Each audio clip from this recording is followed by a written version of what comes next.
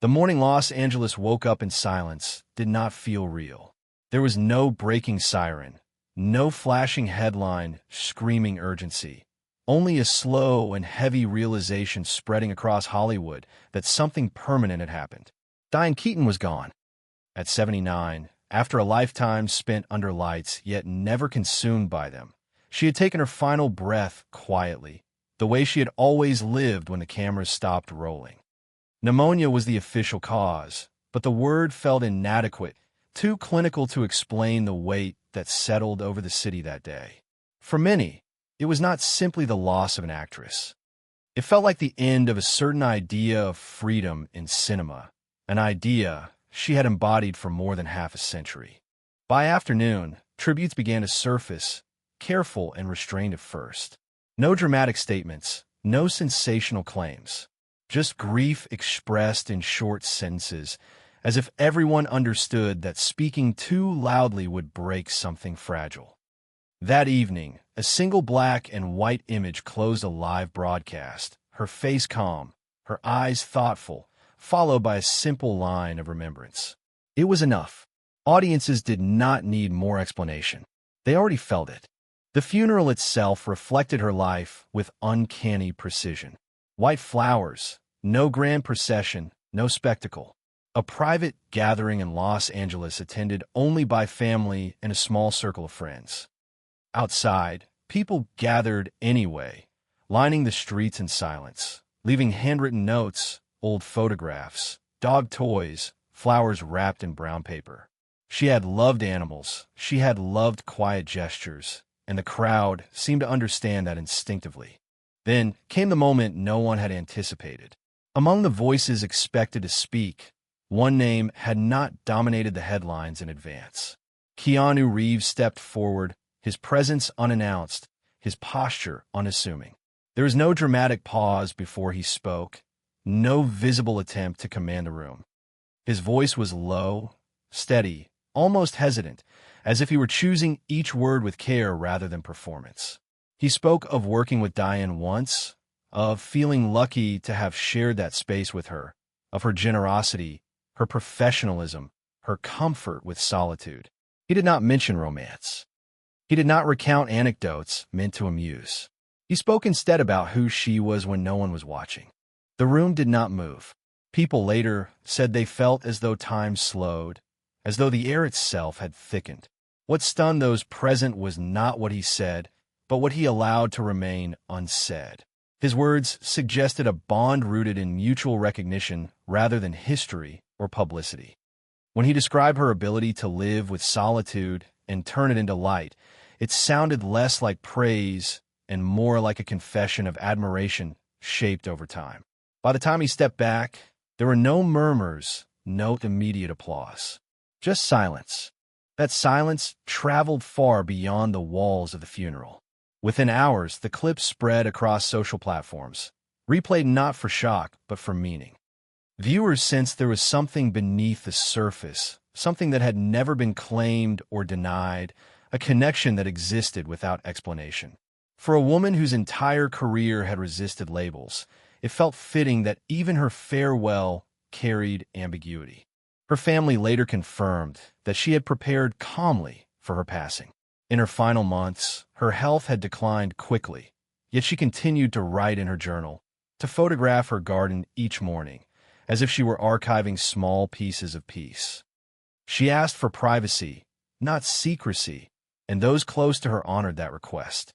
There was no grand memorial planned, no public spectacle to define her ending. She had never needed one.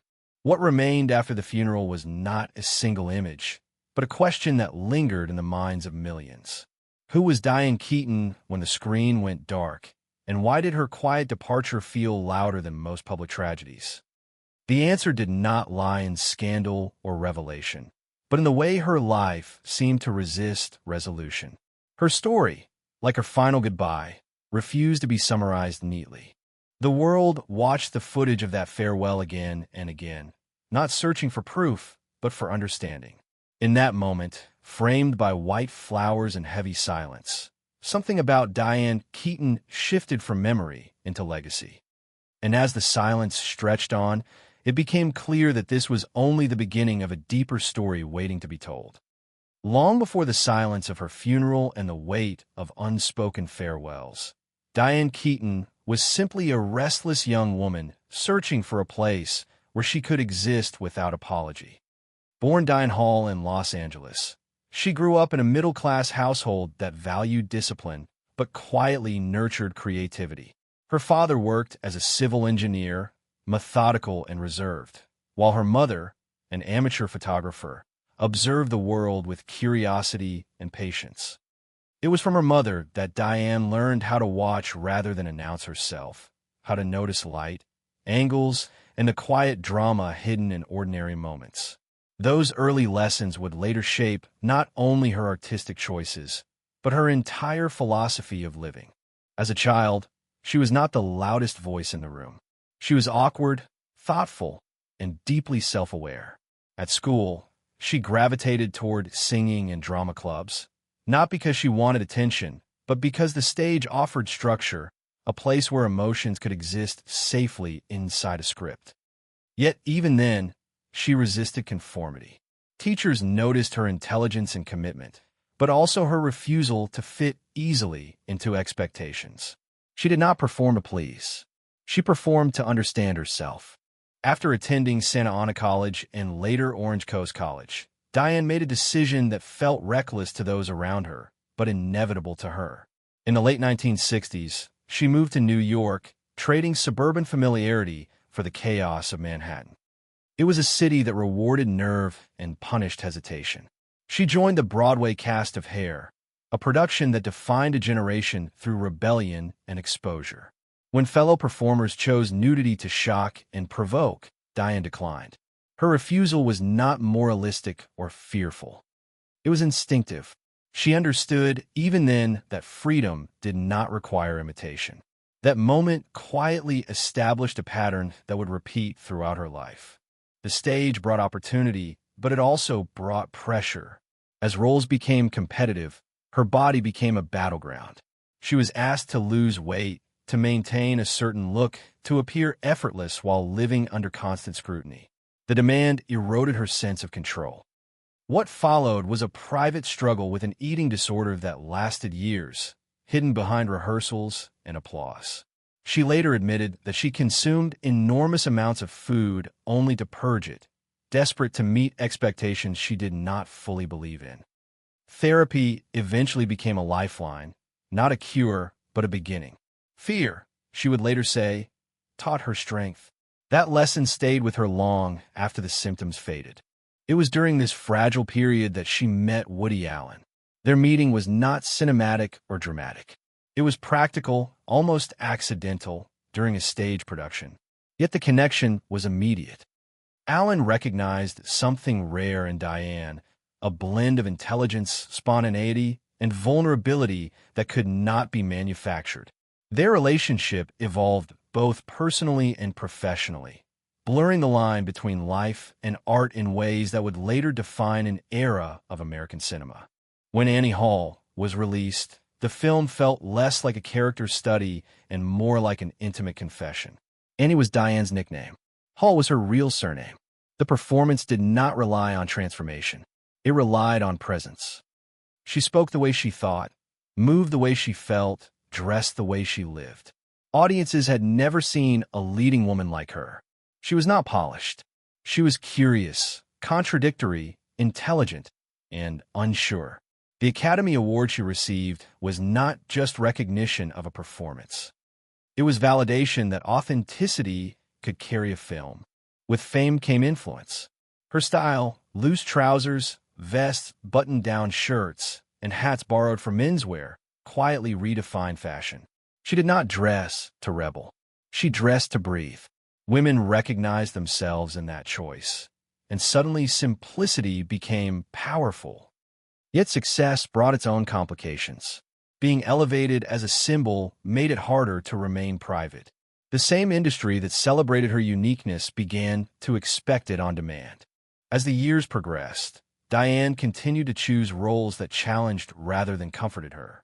In Reds, she portrayed journalist Louise Bryant in a production that demanded emotional endurance and physical resilience. The long shoot drained her. She later admitted moments of trembling, of fearing collapse. The film was acclaimed, but the cost was real. Afterward, she withdrew, not out of failure, but out of necessity. She had learned that survival sometimes meant stepping away. The 1980s placed her at a crossroads.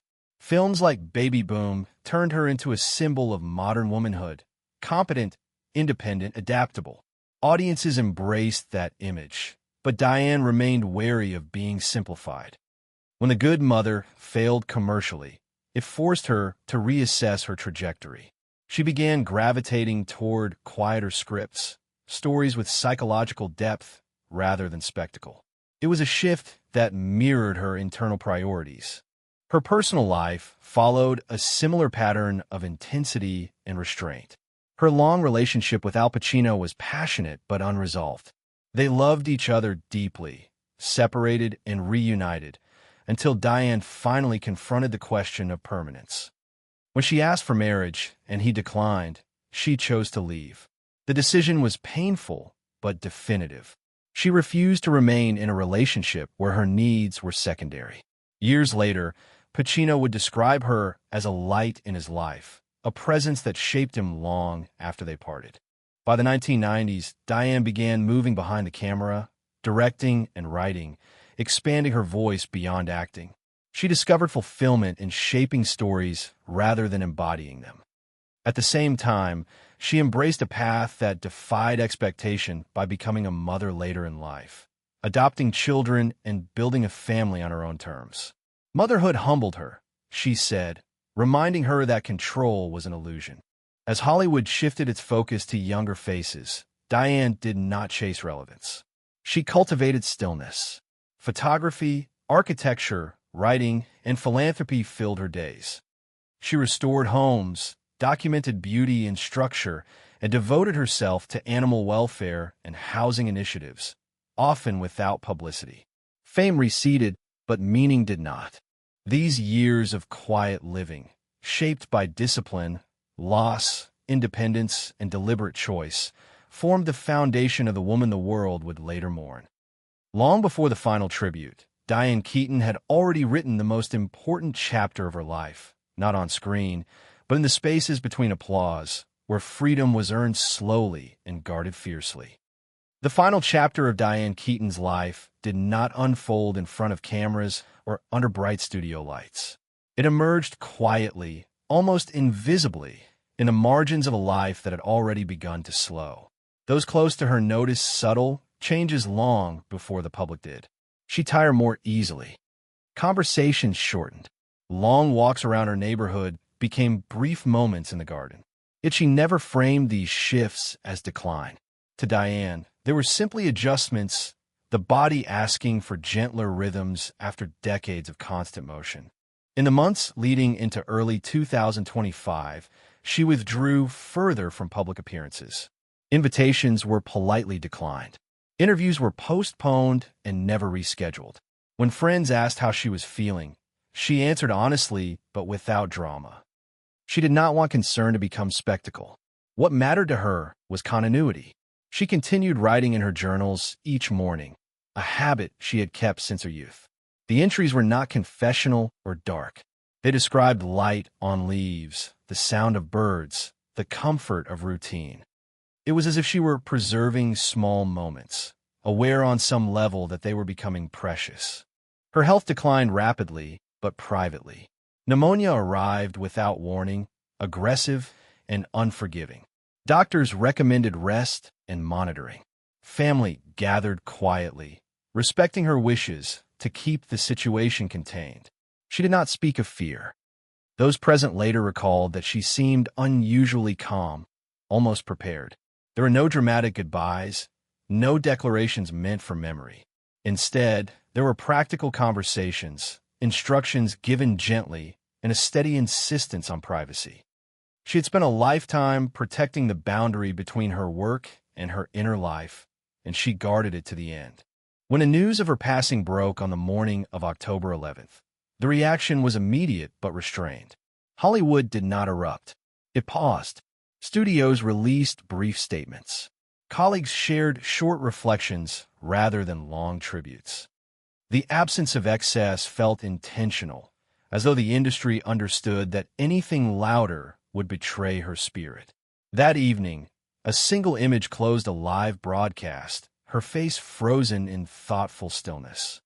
Viewers across generations felt the same quiet ache, the sense that something irreplaceable had slipped away without announcement. Behind the scenes, arrangements were already in motion. Diane had prepared carefully. There would be no public memorial, no elaborate ceremony. The funeral would be private, attended only by family and a few close friends. She had asked for white flowers, nothing more. Even in death, she refused spectacle. Yet restraint could not contain grief. Outside the venue, people gathered anyway, forming a silent line of respect. They left flowers, notes, old photographs, small tokens that reflected how she had touched them. There was no chaos, only patience. Inside, the atmosphere was heavy with unspoken emotion. Stories circulated quietly among those present, memories exchanged in low voices. Then, unexpectedly, Keanu Reeves stood. There had been no announcement that he would speak. His presence alone shifted the room. He did not look prepared in the traditional sense. There were no notes in his hands. His posture was relaxed but solemn, his eyes fixed somewhere beyond the crowd, as if addressing a memory rather than an audience. When he spoke, his voice was slow and measured. He did not recount shared scenes or praise her accolades. He spoke instead about working with her once and how profoundly that experience had stayed with him. He described her as professional, generous, and deeply special. Then he said something that seemed to land in the room like a hell breath. He spoke of her comfort with solitude, of how she lived with it rather than fought it, how she transformed it into something luminous. The words were simple, but their weight was unmistakable. Those listening felt a subtle shift. This was not the language of a casual colleague. It was not the tone of a fan. It was intimate without being explicit, respectful without distance. When he said she never needed to be understood, but made everyone want to understand her, the sentence echoed long after it was spoken. He did not elaborate. He did not explain. He stepped back, allowing silence to complete the thought. That silence became the loudest moment of the ceremony. People later struggled to describe it. Some said it felt like time had stopped. Others said it felt like a door had opened and closed at once. Whatever connection existed between them, it was clear it had not been defined by headlines or labels. It had existed quietly, sustained by mutual recognition rather than declaration. After the funeral, the clip of his tribute spread quickly. Viewers replayed it, searching not for scandal but for meaning. Commentators speculated, but the speculation lacked cruelty. It felt more like collective curiosity, a desire to understand the depth behind his words. What emerged was not a rumor, but a realization. Diane Keaton had formed relationships that did not need public acknowledgement to be real. Her life had been built on that principle. Family members later shared that in her final weeks, she continued photographing her garden each morning. She framed leaves, shadows, small architectural details the way she always had, with patience and care. It was not documentation of an ending, but affirmation of presence. Even as her strength faded, her attention remained sharp. She was still observing, still composing, still creating meaning in quiet ways. There was no final statement released on her behalf. No recorded message. No planned farewell. She had never believed in controlling legacy. To her, legacy happened naturally or not at all. What mattered was how one lived while present, not how one was remembered afterward. Yet, paradoxically, that refusal to curate her image made her absence resonate more deeply. As days passed, tributes continued to surface, not in grand gestures, but in personal reflections. People spoke about how she made them feel seen, how her characters gave permission to be imperfect, how her choices demonstrated that independence could coexist with tenderness. The narrative shifted from mourning a star to examining a life lived deliberately, with boundaries intact and values intact. The moment of Keanu Reeves standing in that quiet room became symbolic, not of romance or revelation, but of recognition. Two artists from different generations acknowledging each other without performance. In that exchange, something essential about Diane Keaton crystallized. She had spent her life resisting definition, and in her final farewell, she did it once more, leaving behind not answers, but an enduring sense of depth. The days that followed Diane Keaton's passing revealed the true reach of her absence, not through headlines or box office numbers, but through the subtle shifts in people who had grown up with her presence on screen. Hollywood continued to function, schedules moved forward, productions resumed, yet something intangible felt altered. Conversations among actors and directors kept circling back to the same quiet realization. A certain permission she had given them, to age without apology, to exist without constant explanation, now felt fragile without her living example. For those who had worked closely with her, the impact was immediate and personal. Colleagues spoke of an unexpected emptiness on sets where her influence once lingered. She had been the kind of presence that stabilized a room, not by authority, but by calm certainty. Younger actresses admitted privately that seeing Diane lead films well in a later life had changed how they imagined their own futures. Without her, the industry's unspoken fear of aging resurfaced more sharply, exposing how rare her position truly had been. Audiences responded in a similarly understated way. There were no mass gatherings or viral spectacles. Instead, film forums filled with quiet recollections. People shared the first time they saw Annie Hall and realized a woman did not have to be polished to be captivating. Others revisited Baby Boom, Something's Gotta Give, and lesser-known roles, discovering layers they had missed when youth had framed their perspective differently. The grief expressed was reflective rather than dramatic, as though viewers were mourning not just a person, but a phase of their own lives that had unfolded alongside hers. The emotional consequences extended beyond admiration into a deeper reckoning. Diane Keaton had represented an alternative path, one that resisted the traditional narrative of fulfillment through marriage, constant visibility, or public validation. Her death forced many to confront how uncommon that path remained. For women in particular, her absence highlighted the scarcity of figures who had successfully navigated independence without becoming isolated or bitter in the public imagination. She had shown that solitude could be chosen, nurtured, and transformed into strength. Losing her felt like losing proof that such balance was possible. Within her family, the impact was quieter but no less profound. She had structured her life carefully to protect those closest to her from intrusion, and that protection continued after her death. By placing her assets in a family trust, she avoided public disputes and media speculation. The decision was not about wealth, but about continuity. Her children were given stability rather than spectacle, privacy rather than narrative. Friends remarked that even in this final act, Diane remained consistent, practical, and protective. The absence of a public will or farewell message unsettled some observers. Accustomed to celebrities leaving behind statements that framed their legacy, many searched for hidden meanings in what she had not said. Yet those who understood her best recognized this silence as intentional. Diane had never believed that life required closure. Endings, to her, were simply moments when attention shifted. She trusted that her work would speak without guidance, that those who needed meaning would find it on their own. The ripple effects of her passing reached unexpected corners. Fashion writers revisited her influence, noting how her refusal to conform had quietly reshaped standards decades earlier. Architects and photographers referenced her eye for structure and light, acknowledging how her work outside film had inspired them. Animal welfare organizations shared memories of her involvement, recalling how she showed up without cameras, without announcements, content to help without recognition. Each recollection added dimension to a legacy that resisted simplification. Perhaps the most striking consequence emerged from the collective response to Keanu Reeves' tribute.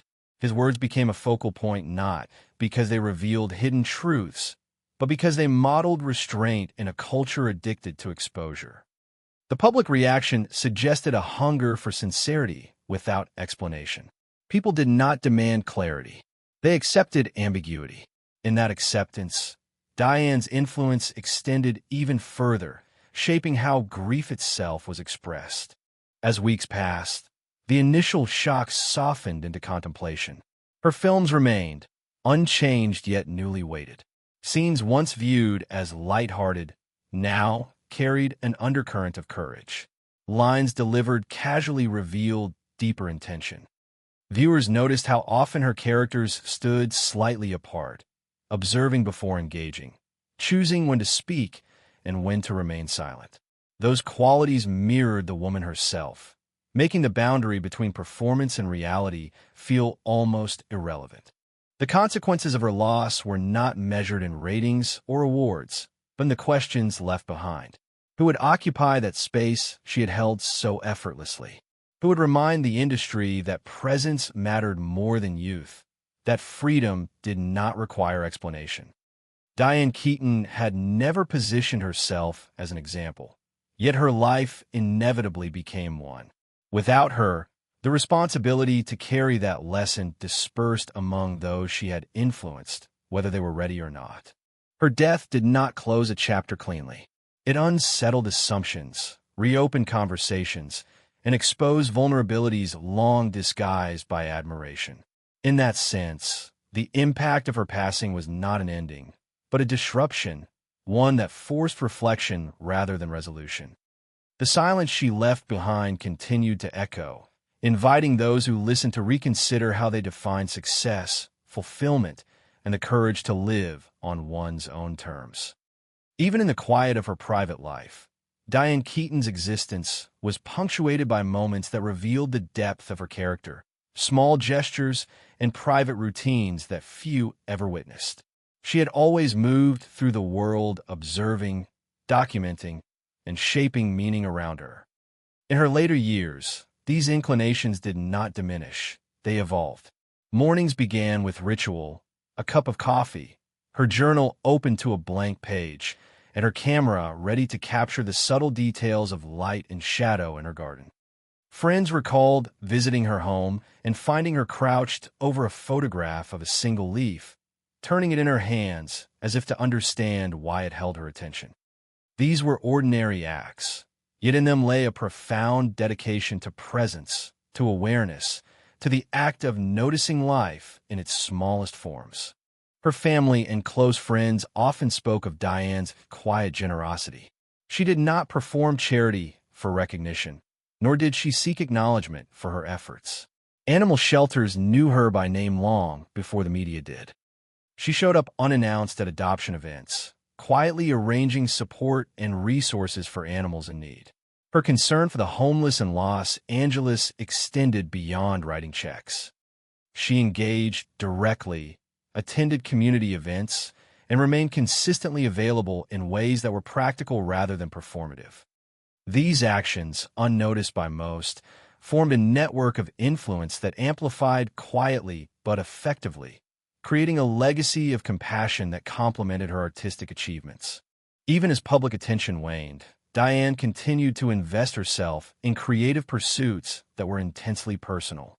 Photography became a medium not for exhibition, but for reflection. She chronicled historic homes, capturing architectural detail and texture with precision and care. Each image reflected an intimate understanding of space and light, of history and subtlety. Critics later praised her photographic work, but she never sought accolades. The act itself, the careful observation, the framing of everyday beauty, was the reward.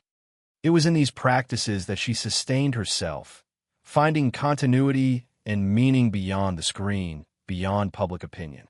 Her choice to become a single mother in her 50s further revealed her courage and independence. Adopting Dexter in 1996 and Duke in 2001, she embraced the unpredictability and responsibility of parenthood without compromise. She often described motherhood as humbling, teaching her that control was limited and that love required patience, sacrifice, and attentiveness.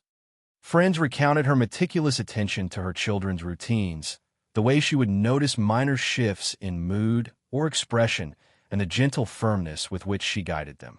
The role of mother was not glamorous, but it was central to how she understood purpose in her later years. Even the way Diane managed her health and personal life demonstrated deliberate intentionality. She prepared her estate quietly, transferring assets into a family trust rather than issuing a public will, ensuring privacy and protection for her children.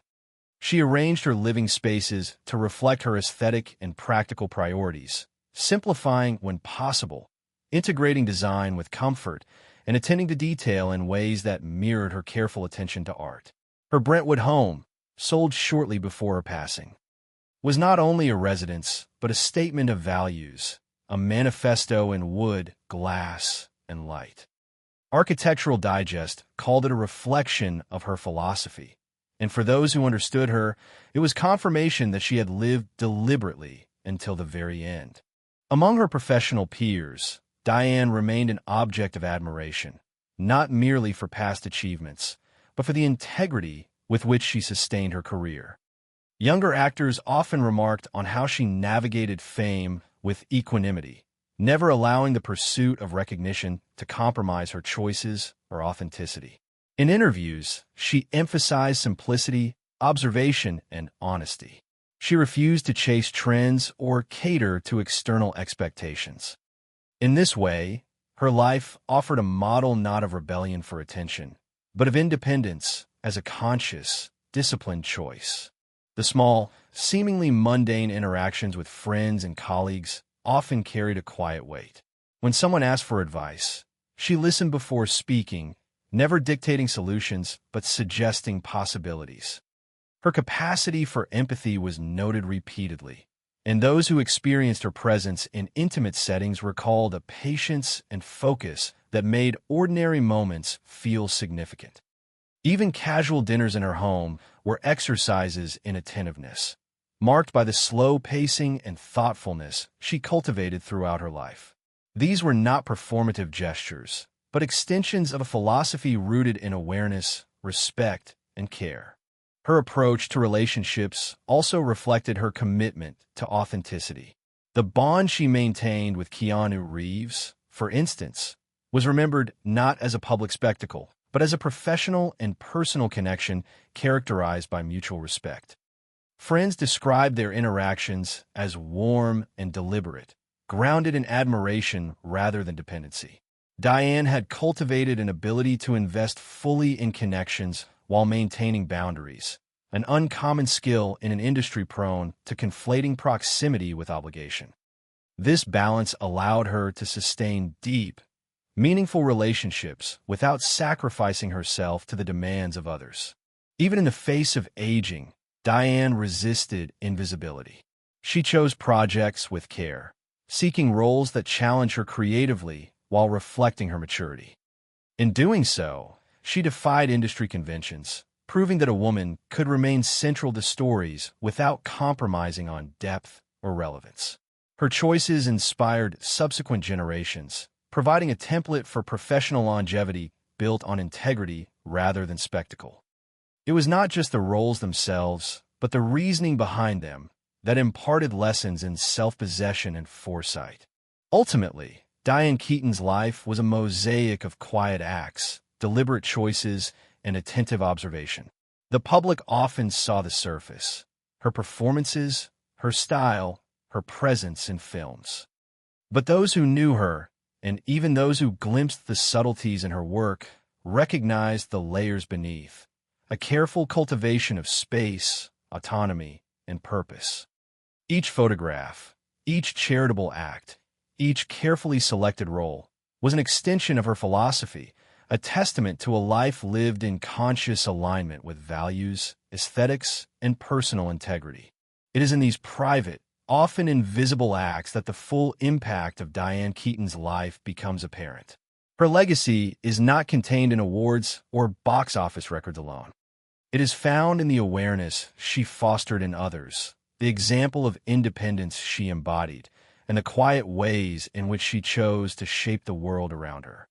Through attention, empathy, and unwavering commitment to authenticity, she left behind a narrative as compelling and nuanced as any character she portrayed on screen. As Diane Keaton's life drew to its natural conclusion, the world began to reflect on the enduring meaning of her existence, not simply as an actress, but as a woman who had continually navigated the tension between visibility and privacy, artistry and personal integrity. Her accomplishments, celebrated widely in their moment, now acquired new significance when framed within the broader sweep of a life lived deliberately. She had never sought fame for its own sake. Instead, she cultivated a presence that resonated because it was authentic, resilient, and quietly transformative. Her artistic contributions were immense, yet their impact extended far beyond cinema.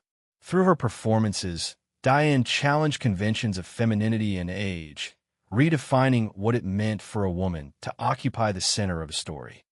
Annie Hall, Baby Boom, and Something's Gotta Give were not simply films. They were declarations that intelligence, humor, and individuality could dominate narratives traditionally shaped by male perspectives. Each role she chose reflected careful discernment, a refusal to surrender her voice to expectation, and a determination to inhabit characters that mirrored the depth and complexity she valued in herself. Parallel to her cinematic achievements, Diane cultivated a personal philosophy grounded in observation and attentiveness. Photography, design, and writing became extensions of her understanding of the world, channels through which she could explore structure, light, and emotion on her own terms. Friends recalled how she spent mornings photographing minute details, from the subtle curve of a leaf to the architectural contours of a restored home. These acts were quiet yet deliberate, embodying a devotion to capturing life as it existed, not as it was imagined by others. Her life as a mother further deepened the legacy she left behind. Adopting Dexter and Duke later in life, she embraced the responsibilities of parenthood with the same thoughtful attention that characterized her professional and creative endeavors. Her approach was neither performative nor rigid. She observed, guided, and supported, acknowledging the limits of control while demonstrating unwavering commitment. These choices underscored a recurring theme. Independence did not require isolation, nor did connection necessitate surrendering autonomy. Throughout her later years, Diane's engagement with social causes reflected a quiet yet persistent desire to shape her environment positively. Her work with animal welfare organizations, participation in community initiatives for the homeless, and consistent advocacy without seeking recognition exemplified a life of purpose integrated with action. These contributions were neither grandiose nor widely publicized, yet their cumulative effect amplified her influence beyond film, extending into realms where compassion and discretion held their own power. The careful planning of her estate revealed another layer of foresight and intentionality. By placing assets into a family trust rather than a public will, Diane ensured that her children would benefit without exposing them to public scrutiny or contention. The decision exemplified her lifelong commitment to privacy and her understanding of the pressures that visibility can impose. It was consistent with the broader pattern of her life, deliberate, thoughtful, protective of what mattered most, and resistant to unnecessary spectacle. Her aesthetic sensibilities, already influential through film and fashion, continued to inspire subsequent generations. The menswear-inspired wardrobe of Annie Hall became more than a style. It was a statement about identity and freedom. Contemporary actresses cited her influence on their choices, not merely as homage, but as a blueprint for inhabiting selfhood confidently at any age. Diane demonstrated that expression and authenticity were not constrained by industry expectations, offering a template for creative longevity and personal coherence.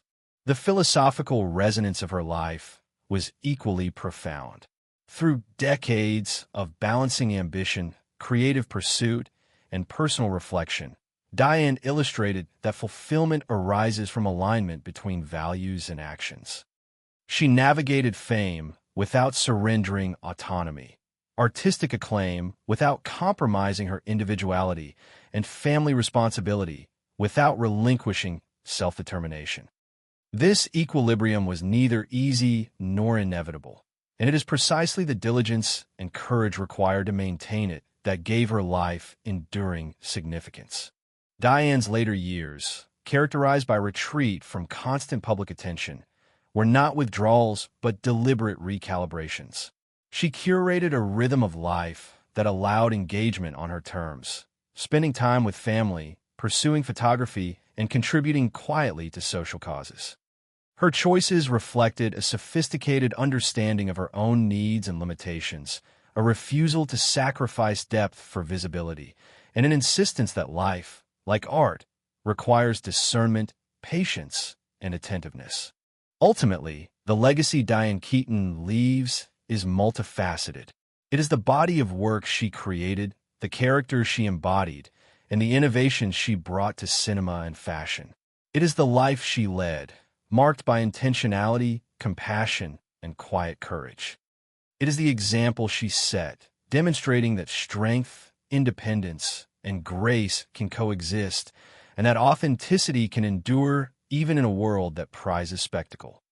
Her influence, subtle yet persistent, continues to inform artists, audiences, and admirers alike, offering a model of living that prioritizes coherence, reflection, and purpose over transient acclaim. In reflecting on Diane Keaton's life, it becomes clear that her most profound contributions may not be measured by awards or recognition alone, but by the cumulative impact of deliberate choices, the cultivation of presence, and the enduring resonance of a life lived in harmony with values. She redefined the parameters of what it means to lead, to create, and to love on one's own terms, leaving a legacy that extends far beyond the confines of the screen. As the final light of Diane Keaton's life faded, what remained was neither spectacle nor statement, but an enduring presence embedded in memory, film, and influence. Her departure, quiet and deliberate, mirrored the essence of the life she had led, a life defined by intention, observation, and integrity.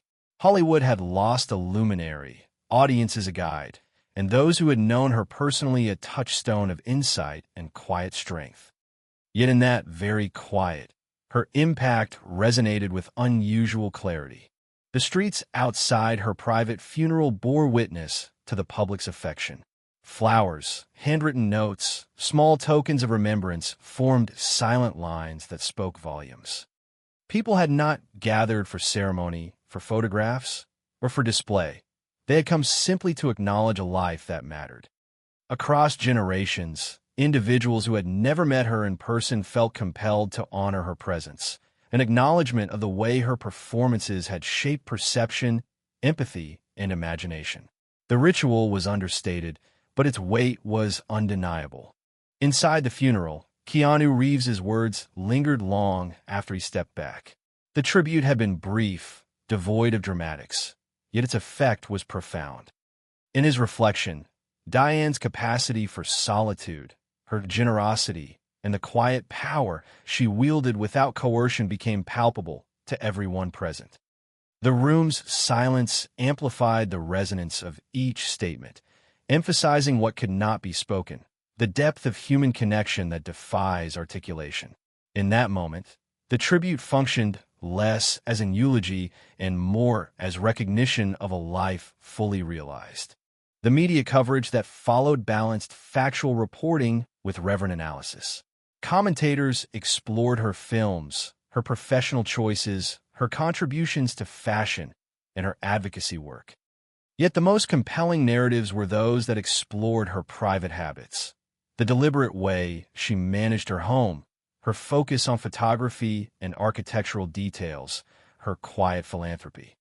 These stories highlighted a consistent pattern. Diane's life had been a seamless integration of values, creativity, and care. Even in death, she maintained the discretion and attention to detail that had characterized her existence. Her children, beneficiaries of both her estate and her example, were left with more than material inheritance. Diane's influence shaped how they would perceive independence, responsibility, and presence. By arranging her assets within a trust, she ensured stability without inviting public intrusion. It was a practical reflection of her broader life philosophy. One could achieve greatness, maintain influence, and cultivate legacy without spectacle or compromise. Observers recognized that her example extended beyond film, offering lessons in financial foresight, discretion, and deliberate action. Tributes from colleagues underscored her enduring impact on peers and younger generations alike. Actors, directors, and collaborators reflected on the ways she had guided performances, elevated projects, and shaped creative environments. Her approach was neither authoritarian nor passive. It was deliberate, intentional, and rooted in clarity of purpose. She had never sought control for its own sake. Instead, she fostered conditions where authenticity and talent could flourish. These reflections highlighted a key element of her legacy. She was a catalyst for creativity as much as a performer, a mentor through presence as much as instruction. Her public image, carefully cultivated yet never forced, left a lasting imprint. Fashion and style analysts revisited her contributions, noting how her menswear-inspired wardrobe from Annie Hall had shifted cultural norms regarding femininity, expression, and independence. She had consistently demonstrated that one could exist authentically in public life without surrendering selfhood, inspiring both admiration and emulation. Contemporary actresses cited her influence not merely as homage, but as guidance for living creatively and intentionally, proving that relevance and integrity need not be mutually exclusive. Diane's impact on audiences was equally profound. Through decades of performance, she invited viewers to embrace imperfection, complexity, and individuality. Each character she portrayed reflected a dimension of her own philosophy: intelligence, humor, resilience, and the courage to occupy space fully without apology. Her absence prompted reflection not only on the role she embodied, but also on the values she conveyed: autonomy, honesty, and quiet strength. Even after her passing, these lessons persisted in film studies, social discourse, and personal reflection. Ultimately, Diane Keaton's legacy is an intricate mosaic of artistry, character, and choice. It is measured not by transient recognition, but by sustained influence, by the way she quietly reshaped expectations for women, artists, and individuals seeking to live deliberately. The coherence of her life, balancing work, family, creativity, and philanthropy, offers a model of living with intention. She demonstrated that true impact arises not from spectacle, but from thoughtful action, from integrity maintained under pressure, and from presence cultivated in every sphere of life.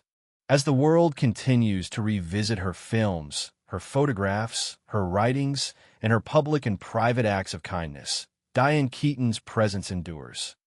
The lessons of her life, about authenticity, independence, resilience, and care, remain vivid, challenging, and inspiring those who seek to navigate the intersection of personal freedom and public expectation. Though she is no longer physically present, her influence, like the light captured in her photographs, continues to illuminate, offering guidance, comfort, and inspiration to those who look closely and choose to observe deeply. Her story closes not with fanfare, but with enduring resonance. The quiet power of her choices, the intentionality of her living, and the subtle yet persistent impact of her art collectively ensure that Diane Keaton's life, like her characters, will continue to occupy a space of respect, contemplation, and inspiration for generations to come.